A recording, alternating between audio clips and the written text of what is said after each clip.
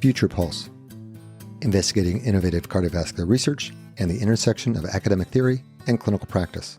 I'm Dr. Thomas Nero, interventional cardiologist and Director of Cardiovascular Research at CAFC.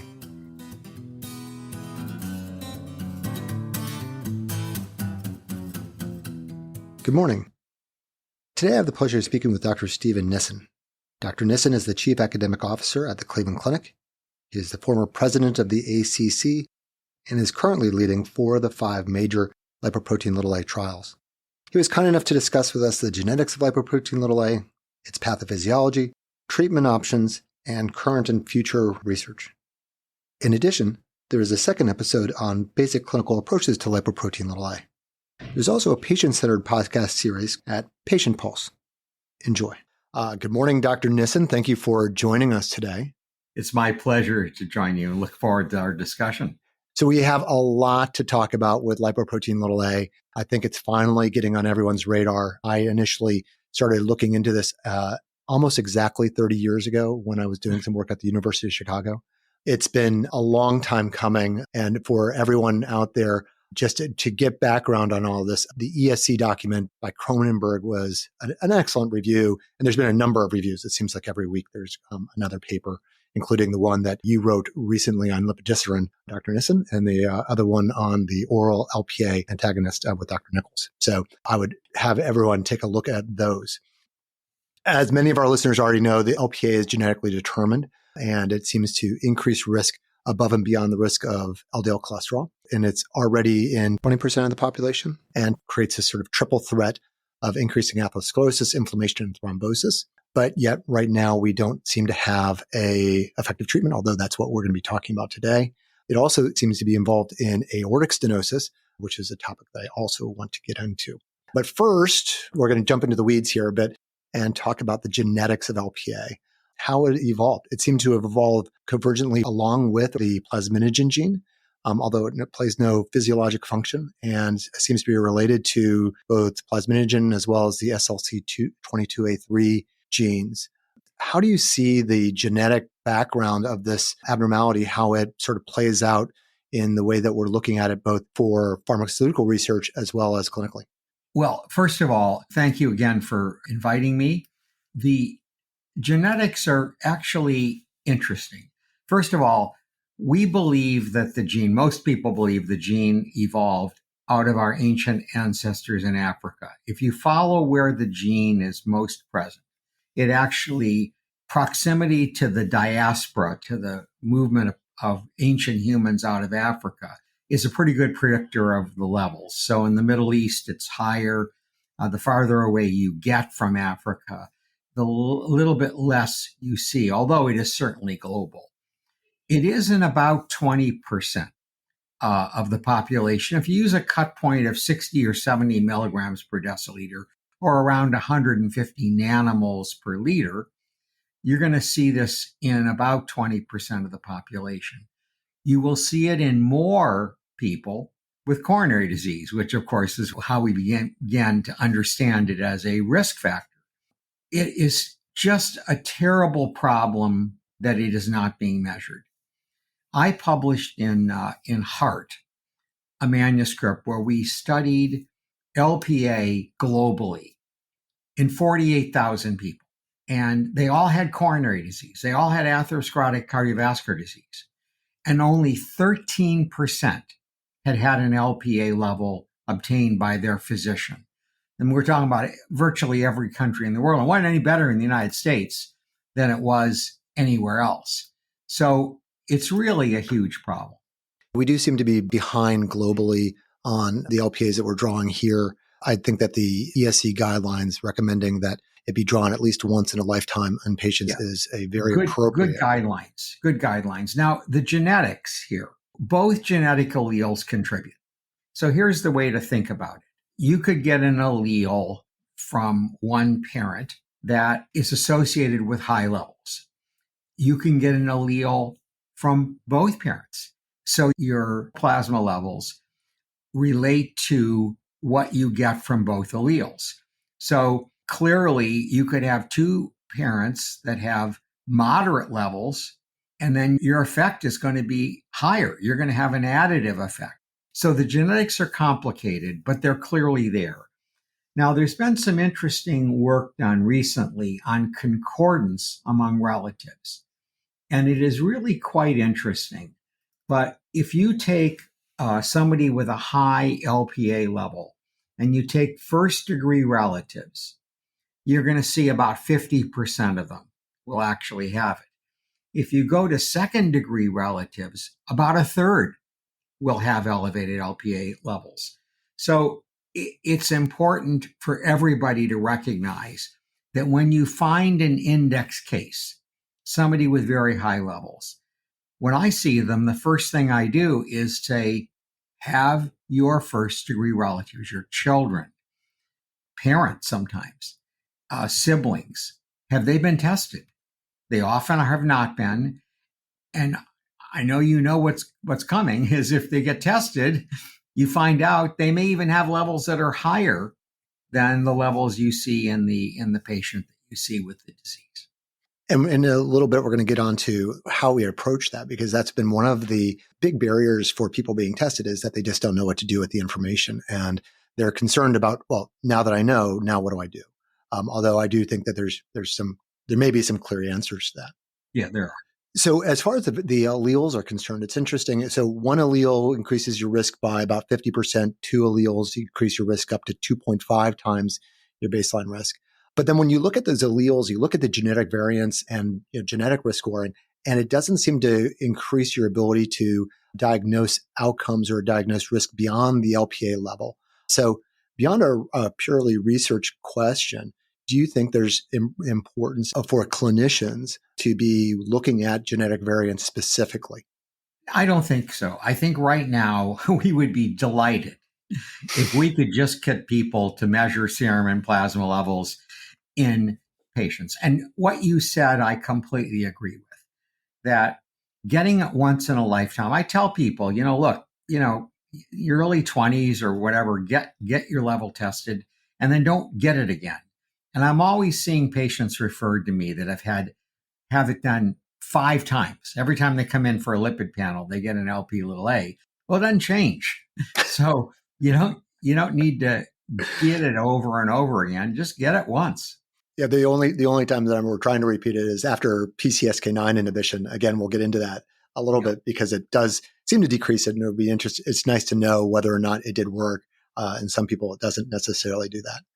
So there are two main genetic variants: the RS104-55872 and RS3798220, both which are associated with a little bit different risks as far as thrombosis versus atherosclerosis, and the papers get a little wonky, even more wonky than this conversation. So back to the LPA particle itself, it's made up of a protein that's bound to ApoB. It has a number of Kringle formations, and those Kringle formations are part of what mimics the plasminogen, and that the main size of this LPA is associated with the Kringle 4 repeats. That's right. So talking about that specifically, because I found this very, very confusing, that the number of Kringle 4 repeats is actually inversely proportional to the mass that we're seeing. That's right. Yeah, both mass and concentration. And by the way, we need to have an understanding here about what we're measuring. So 2 unit systems are used, as I think many people know: mass units, which are milligram per deciliter, and concentration units, which are nanomoles per liter. Virtually everybody who works in this field believes that concentration measurements are better. But that's not what happens. I mean, in our hospital, we're measuring milligrams per deciliter. The conversion is not a perfect calculation. But on average, and this is based upon the 48,000 people that I studied, the ratio of 2.45 to 1 is about the average. So that if you're at 100 milligrams per deciliter, then you're going to be about 245 for your nanomoles per liter. This happens to me all the time. I get patients from all over the world that set up a virtual appointment with me or whatever, and I see them, and they say my LPA level is 200, and they don't tell me what it is. They don't tell me. They don't know. whether it's milligrams per deciliter or in nanomoles per liter. And so I think it's important for all of us to start to think alike about this. And we got to get people to switch to concentration units. And as a sidebar, would you also recommend that for LDL measurement? We've moved over to looking at a lot of LDL subparticle formations and subparticle numbers. I know in Europe that they're using a lot more nanomoles per liter. Yeah. I am vehemently against measuring particle numbers with LDL, mainly because we don't have the data to suggest that targeting those numbers make a difference. What we do have pretty good data for is ApoB. So I was off topic here today, but I think if you're not sure, measure ApoB. Don't spend all the money on the NMR particle measurements. Yeah, I do think that in the future, as our research does develop, that we should be using ApoB as the target for the outcomes of the trials rather than just LDL measurements. So we were talking a little bit about the fact that LPA has a number of different pathologic mechanisms: pro-atherosclerosis, pro-inflammatory, and pro-thrombotic. So if you don't mind just going in a little bit on your view of what about this particle makes each of these pieces individually important. Well, I think, most people believe, and again, there's still evolving research here, that what we really have is a particle that has ApoB, LDL, and has ApoA. And most people think that the ApoA is prothrombotic. And in part, by the way, there is some evidence that even deep venous thrombosis is increased in people with high Lp(a), which is another piece of evidence that it is a prothrombotic particle. The ApoB component, which is really LDL, is very atherogenic. We talk about atherothrombosis. And so here we have in a single particle something that is pro-atherosclerotic and prothrombotic together. And that's clearly one of the reasons why it is so risky. And part of the increased atherosclerosis portion appears to be because of increased oxidative phosphorylation of the ApoB. And whether or not it is promoted directly from the LPA portion, or is it because of some other co-promoter? Do you have any sort of thoughts about that? Yeah, I really don't. For me, the questions that we're really going to try to answer here, that is the pivotal question, which is not how does it cause disease, but can we modify outcomes? And that's an unanswered question. There is no really good evidence one way or the other. We're doing multiple trials. The first to report will be the trial with an antisense oligonucleotide, pelacarsen. This is a Novartis drug, actually developed by Ionis Pharmaceuticals in California and acquired by Novartis. And that trial is currently scheduled to end sometime next year, whether it does or doesn't. Of course, with event-driven trials, you end when you get the number of events that you need. But we're closing in on getting an answer for the first of these drugs to actually have an outcome trial. And hopefully that will be followed by the olpasiran trial, which I think is going to hopefully end in 2026. I think that's very, very doubtful based upon the design. Okay. And then the lipodystrophin trial, which is going to be beginning in the spring. So it's moving along. And then there's the oral medication. Is that yet going towards phase 3, or are they still? Is it planning phase? It's in phase 2, and phase 2 will be. We will see data from phase 2 relatively soon, and that will be very interesting. Now, there's a little bit of a wrinkle here in the oral drug muvalaplin, because the current assays for lipoprotein A are actually measuring ApoA. And what happens with muvalaplin is it prevents the association. There's a disulfide bond between the ApoA and the ApoB components of the particle. Well, if you prevent that association, then you have some free ApoA around, and you're measuring that. And so the effect size for immunoglobulin is probably substantially larger than what we reported in the JAMA manuscript, because we're going to need a different assay in order to understand how much immunoglobulin actually reduces a lipoprotein A.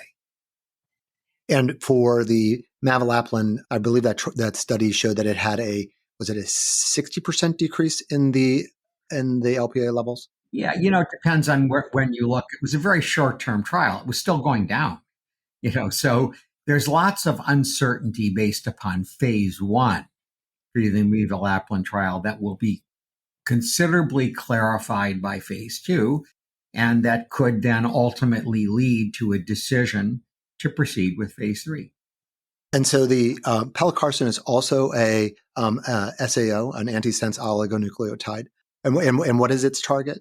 Its target is the intact protein A particle. It's basically preventing the translation by interfering with messenger RNA for ApoA.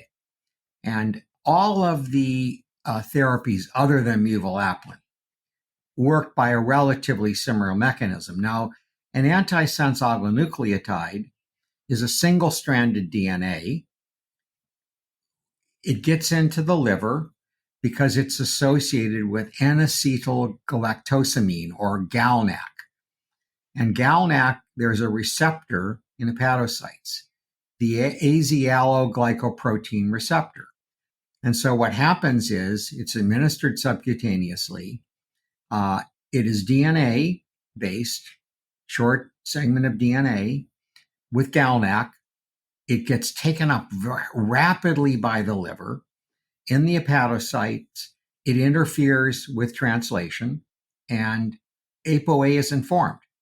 If you don't form ApoA, you don't make that particle, which is ApoA plus ApoB. And so it lowers levels in phase 2, New England Journal of Medicine, nice paper by Sam Samikas, 80%. And obviously, that's a very substantial reduction. And the question is, what will happen when we do that to patients with previous atherosclerotic vascular disease?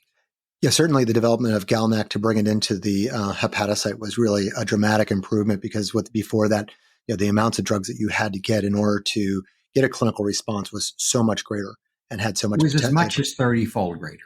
Yeah. I mean, we're talking about an enormous breakthrough. About 10 years ago, the understanding that you could get, and it's going to be, by the way, be involved with CRISPR and all these other approaches. And we may not get to it, but there are CRISPR-based approaches to taking on this disease, which are pretty exciting. Well, I can save some time for that regardless. So olpasiran and lipodisiran are small interfering RNA molecules. Which of the RNA variants or the gene variants are they associated with? Yeah, it doesn't have, the gene variants don't seem to make any difference at all. Because basically what you're doing is you're interfering with translation. Now, this is a double-stranded RNA. Usually it's a small segment, anywhere from 19 to 23 or so nucleotides. And each of the therapies are different. And there are 3 of them. There is olpasiran, zerlasiran, and lepodisiran. Zerlasiran was formerly known as SLN360, being developed by a British company known as Silence Therapeutics. And they all work by essentially the same mechanism, although they're different in how they're structured. They get into the hepatocyte. They form what's known as a RISC complex, an RNA-induced silencing complex, where they essentially result in the degradation of messenger RNA for ApoA, but they are able to then recycle in such a way that each of those short interfering RNA segments can then go on and interfere with another messenger RNA. And so the durability is somewhat longer than it is for an antisense oligonucleotide. Olpasiran is given, I think, every, is it 90 days? Is that the? I believe it's every 90 days. 90 days, yeah. I'm not involved in that trial. We did study zerlasiran and we saw 80+% reduction out to 150 days after single doses. And then lepodisiran had a very prolonged duration of action for very specific reasons, so that at 48 weeks, nearly 1 year, levels of LP little a were still 94% below baseline. So a very, very durable response. The duration of the response for each of these drugs is different, and the reasons why are not 100% clear. But lepodisiran, the nucleotides are extensively modified. They're fluorinated and methylated, and they have other changes that make them more resistant to ribonucleases. And so they're not degraded nearly as quickly. And so that, I think, probably is the reason why their duration of action is longer. But they're all, look, pelacarsen's once a month, olpasiran every 3 months, lepodisiran longer yet. I'd be happy with any of them working. And what I tell people is that, look, we have multiple shots on goal, and we hope that one of them ends up in the back of the net. Maybe they all will. Yeah, certainly any one of them being effective is going to be a major change in the way that we treat cardiovascular disease above and beyond treatment of LDL cholesterol. And I agree with you that, in the end of the day, it doesn't matter what the mechanism is, as long as they decrease LPA and as long as that is then associated with decreased event rates. Yeah. We were talking about the possible mechanisms of action of LPA. And one of the things that has been discussed was the pro-inflammatory effect of LPA, and whether it has a direct pro-inflammatory effect or whether the pro-inflammatory effect really is about the atherosclerotic effect and what is happening within that atherothrombotic milieu. It's a chicken versus egg argument, and by the way, this has gone on for CRP forever and ever and ever. I have a very close relationship with Paul Ridker, who really deserves a lot of credit for advancing the inflammatory hypothesis that I think Russell Ross probably started with its effect on atherosclerosis.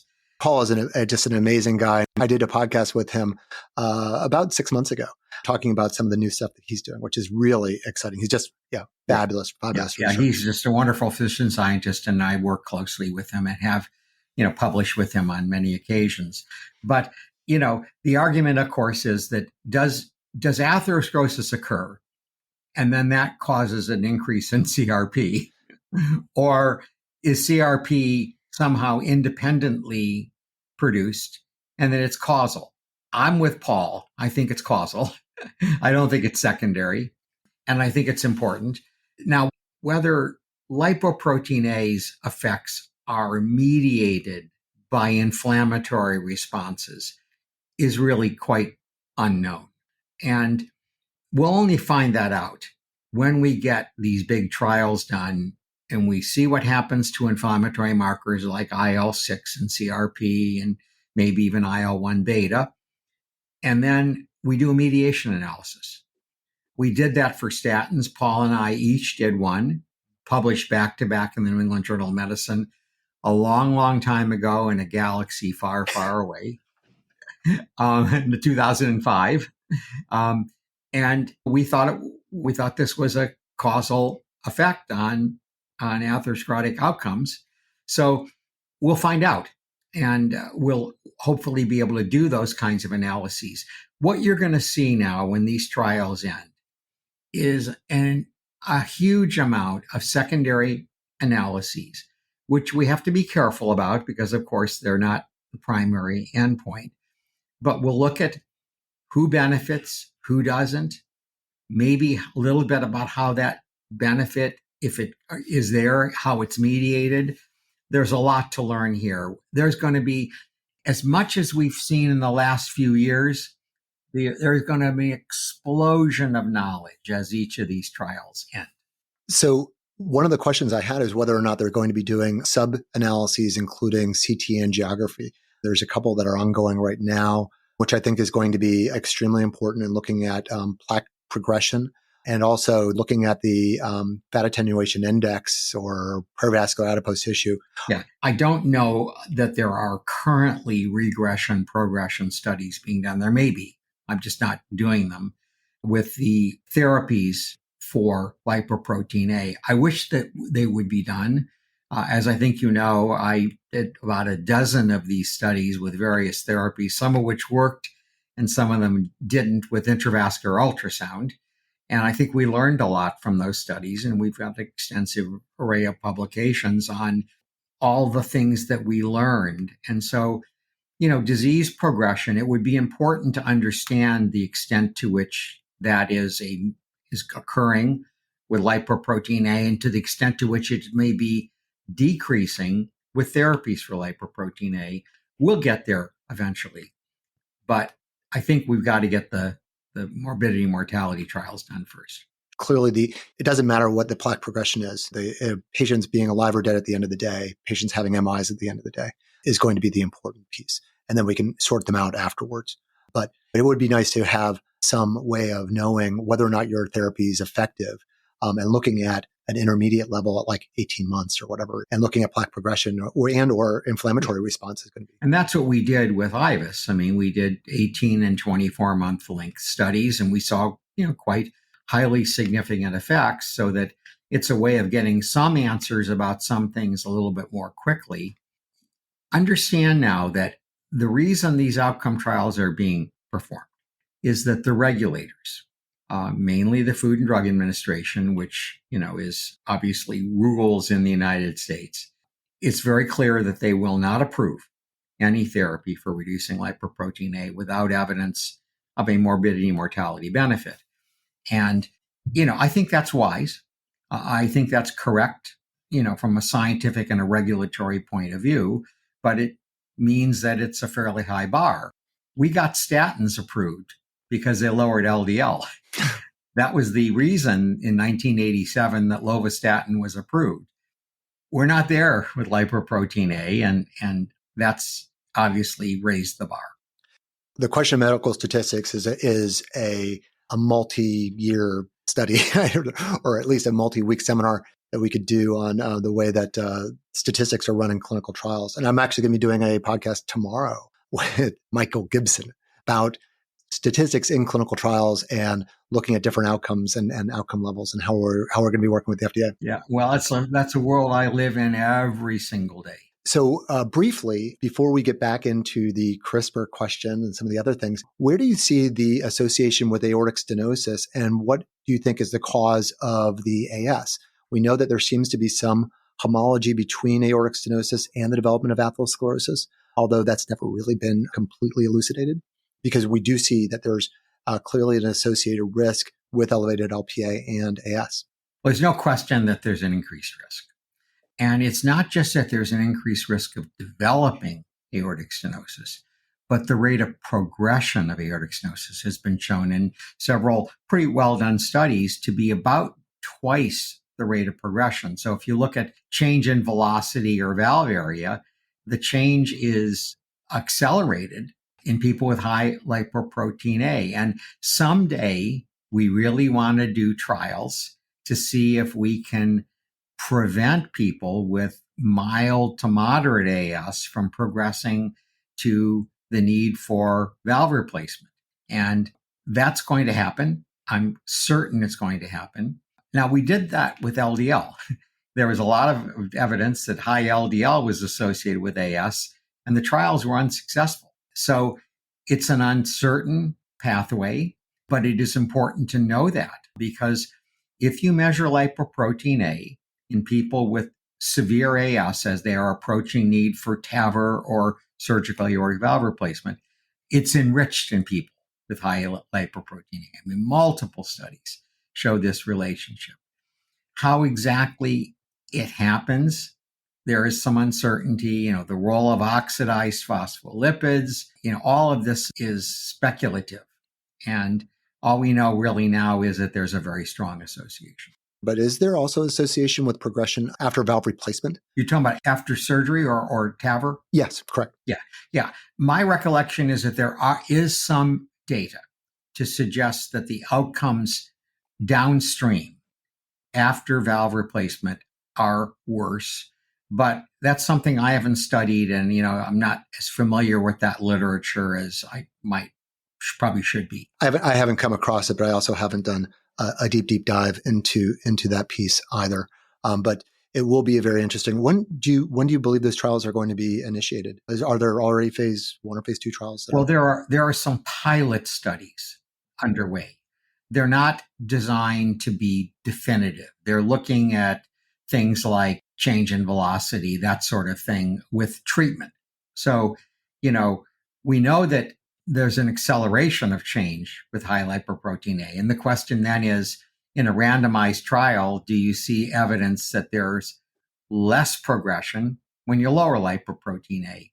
If there is some preliminary evidence of that, that would be a gateway to potential initiation of trials that are designed to show that you can change outcome. People with mild to moderate disease can be prevented from going on to need aortic valve replacement. And that's going to be an exciting area in the future that we're going to get to. It's also unfortunately, a very slow moving disease state. And so it's a little bit harder to be able to do that analysis. That's exactly right. And so there's a paradox here. The most likely group that you're going to alter progression in are people that have less disease. If you're close to needing aortic valve replacement, it's already a heavily calcified valve. You're on a trajectory that may be unalterable. But then if you study people with lesser degree of disease, the time it takes them to get to aortic valve replacement is many years. And that is a conundrum for designing clinical trials. And we've been discussing that conundrum in some detail with makers of therapies. Clearly, it's going to be an important thing in the future. And given the fact that we are moving towards doing so many TAVRs, and TAVR is really trying to replace mechanical aortic valve replacement in younger patients, how do you decrease morbidity as well as mortality in the long run? Is clearly going to be a long-term process. The same issue, by the way, comes up if you think about it with ASCVD. The target population currently has been primarily, up until now, secondary prevention. But what should you do with somebody who's 25 or 30 years old and has a lipoprotein a level of 200 milligrams per deciliter, 500 nanomoles per liter? Is that patient a patient in whom we can prevent the development in their 50s of atherosclerotic vascular disease? I think we're going to inch our way toward that population. Perhaps it would be useful to first study people that are high risk primary prevention, lots and lots of risk factors, including age, but they haven't had an event yet. And then later we'll move to more of a traditional primary prevention population. If you think about it, that's exactly what we did with statins. We started out studying people. Many people don't remember what the median LDL was in the 4S trial. It was 180 milligrams per deciliter. So, initially medicine showed that you could help those people. And then eventually, of course, we've come to studying people like we studied in Odyssey and Fourier, who are already below 100 milligrams per deciliter, that they get additional benefits. So we're going to have to do that with lipoprotein. Another sidebar, of which we've had a few of them, is part of that question about, yes, we're showing smaller and smaller benefits, but we're looking at populations that are smaller and smaller risk overall in comparison to what we had looked at in the past. Yes. But as we have these more powerful drugs, we're able to identify that statistical benefit earlier, and it is hard to then continue on with the trial once you know that it's going to be statistically significant, just to wait to see how great or grand a benefit it may be. Something I'd like to get into with you that is an area of controversy here, which is how much do you need to lower lipoprotein A to get a benefit that's comparable to a 1 millimole reduction in LDL cholesterol, 38 0.7 milligrams per deciliter. And if I could interject, the similar question is, what is going to be the level of LDL at which point LPA may not necessarily be important to lower? If you do get the LDLs down to, as we can, in many cases, down to the 2010 range. Yeah, I want to circle back with that. So there are several studies that have been done that have tried to estimate this. And the range that has been reported is between about 50 milligrams per deciliter, which is at the low end, and 100 milligrams per deciliter reduction at the high end, in order to get the same reduction that is seen in the CTTC meta-analysis for LDL-C for 1 millimole, which is 22%. And we're going to find out. We're going to see that answer at some point. But it is a terribly important question. And by the way, do you think that it is going to be just the absolute reduction, or do you think it's going to be the end LPA level? Now, there's some very interesting sub-analyses from Fourier that showed that it's really the end LDL that is really the most predictive of events, and that if you get your end LDL down very, very low, that you're actually having markedly fewer events. That it actually magnifies the benefit rather than decreasing the benefit over time. It's a very controversial area. Now, the controversy starts when you go back to some of the earlier studies, like the Emerging Risk Factor Collaborative Study on Lp(a), which seemed to indicate a curvilinear relationship between Lp(a) levels and risk, so that it's kind of flat at the bottom of the curve. And then as you go to higher and higher levels, it becomes steeper and steeper. Why is that important? Well, if you're flat at the bottom, if there's not much difference between a level of, 40 and 20 milligrams per deciliter, then if you start out really high and you get down below that threshold, you're on the flat portion of the curve and you're not going to have very many events. And along comes the UK Biobank data, which is the very, very best data that we have. And it looks like the risk level is linear, almost down to zero.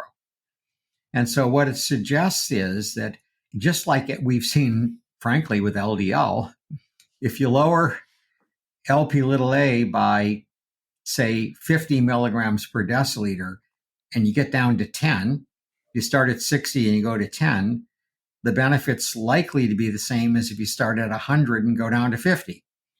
And that would suggest that lower is better. And we'll have to see.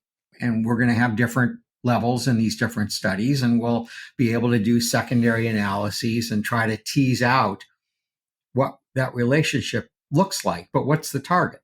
We have some people that have levels that are exceedingly high. 300 milligrams per deciliter. So if you get a 75% reduction, those people still have a pretty high level. And so I just think we don't know the answer. And then circling back to the LDL question, one of the things in getting our patients involved in Oceans A, we're trying to get their LDLs down to 40 because they all are secondary prevention.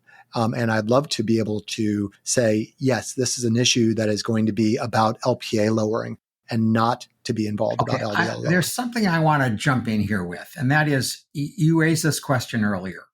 So what do you do with somebody? The argument I get from some primary care physicians and others is, why measure this? We can't do anything about it yet. But the answer is we can. So I'll see people in families where, a parent, let's say, or maybe a sibling has had an event, and we check the level on another person within the family, and it's very, very high. So what do? I say, look, we can't yet treat your lipoprotein A, but we can take every other risk factor off the table. We can get your blood pressure really low. We can get you off the couch, get you exercising. We make sure your body mass index is within the normal range, including your waist to hip ratio, which is maybe even a better predictor. We can do all of the things that we know are beneficial to people at risk for atherosclerotic vascular disease. And we can, at the very least, very likely delay when you may get this disease. And we can delay it long enough until we have effective therapies. And so my view of this nihilistic thought, well, that you can't do anything is just wrong. It's just plain wrong. The aggressiveness of preventive therapy in people that are in families with elevated levels is an important initiative that we need to do a better job of taking on. Just to give a plug, we'll also do a short podcast for patients, more of a clinical podcast. One last question on this research front. You were talking about CRISPR initiatives. Where are they with that? Because that's obviously going to be very interesting mode of research for both LDL as well as LPA. There are several companies that are developing therapies that will edit the gene responsible for elevated levels of lipoprotein A. They involve a lipid nanoparticle, typically with GalNAc, but not necessarily. There may be other ways of directing the therapy that are basically designed to alter the gene so that the messenger RNA that codes for ApoA is not produced or not produced in any significant amounts. These therapies are going to be entering clinical trials in the United States soon. And they're one and done therapies. You basically, you get one injection, the gene gets edited, your lipoprotein A level will go down and stay down. And, now how many years we are away from getting regulatory approval for these therapies remains to be seen, but they're being developed and it's pretty exciting. There is one other topic we probably ought to just circle back on for 1 minute, which is getting a lot of patients, and I hear a lot from patients about taking a PCSK9 inhibitor to lower their lipoprotein A level. And my own view is that that's very speculative. That I recognize that these post hoc analyses of Odyssey and Fourier showed an apparent relationship between lowering of lipoprotein A with the PCSK9 inhibitors and benefit. But like all post hoc analyses, there are a lot of limitations. The evidence is not so overwhelmingly strong. And so I'm not doing it. And I know many people are, but I'm simply not prescribing PCSK9 inhibitors because of an elevated lipoprotein. Now, if I have another reason to give them, I'm going to certainly do that. But in the absence of another reason, I'm not giving them simply because they lower lipoprotein A 25% or so. The add-on question to that is, are you changing your LDL goals based on their LPA levels? Yes. And if so, then sometimes PCSK9 inhibitors are a very reasonable add-on on top of statin therapy for those patients because it dramatically lowers LDL levels. Yeah, absolutely. And that's what I meant when I said, unless I have another reason to do it. I want to get people's LDL down below 55, and if they have high lipoprotein A. And you may be able to get there with a potent statin and ezetimibe and whatever else. But if you can't, then you have PCSK9 inhibitors and they're good. You got the monoclonal antibodies, you have inclisiran, and you got lots of opportunities to lower LDL further. Are you utilizing antiplatelet agents in these primary prevention patients? And have you ever used vascular dose Xarelto in secondary prevention patients? Well, the DOACs are less certain, but for sure in these patients, administration of aspirin in primary prevention patients in general, we just don't do it. But if they have high lipoprotein A, we do. And it's the one exception, or at least one of a few exceptions to the advice not to use aspirin in primary prevention. I can't prove beyond a reasonable doubt, but there are a couple of analyses that strongly suggest that it makes a difference. The Women's Health Study and the Esprit trial, both seem to indicate that aspirin conferred benefits in people with high lipoprotein A. It's good enough data and the risks are low enough that I do it. And circling back to one of the bits of conversation we had before is there may be a time when we're going to have to redefine what atherosclerotic heart disease is. And I'm in the camp of Matt Budoff saying, atherosclerotic heart disease really happens when the atherosclerosis occurs and when we're starting to see coronary calcification rather than just when we're waiting for a clinical event like a stent placement or an MI. Yeah, I'm a little more skeptical And part of the reason is that once calcification has occurred, you're later in the disease process. And I'm sort of thinking about primordial prevention. We did a study many years ago where we took transplant donors and we did intravascular ultrasound on the transplanted heart after it was implanted. And about half of these donors at age 30 had evidence of coronary plaques. They weren't calcified. They were early plaques. And Matt's been such an advocate for CT calcium scoring that I think it's not what we really want to be looking at. What we really care about is the more soft, vulnerable plaque in the coronary. That may be a semantic question, and I agree with you. I think that the soft plaque is the issue. The hard plaque, the calcified plaque, is what you can see easily. And so there may be a difference in how we identify that population. Once we're using CTAs to the level of which they are using them in Europe, we'll be certainly getting a much better idea. And so in younger patients, we do tend to use CTAs here in order to identify those at higher risk rather than waiting for calcium to deposit, because it may not be there. I want to be respectful of your time, and I hope that I can nudge you into doing another discussion at some other point, because this has just been absolutely wonderful. Do you have any last parting words of wisdom? We've covered a lot of territory. There is so much to talk about, and I've been living in this world now for long enough that there's the scientific questions just never seem to end, and the controversies are there. So there's a lot more we don't know than what we do know, and we know a lot. And if you actually go to PubMed and you look at the number of publications on lipoprotein A by year, it's unbelievable, the acceleration of interest in this endpoint. We'll have to see. I will be, I was one of the people that were thinking that raising HDL would be beneficial. We were wrong. And we think lowering lipoprotein A will be beneficial. I hope we're right, because I want to treat these patients, but I can't tell you yet that we're right. The CETP hypothesis, I think, is still alive with the current trials that are going on, but we'll see. And so I don't want to necessarily put the lid on that coffin yet. And I am involved I'm very much involved in those trials. So I'm with you. Well, thank you again, Dr. Nissen. This has been an absolutely wonderful discussion, and I look forward to talking to you again.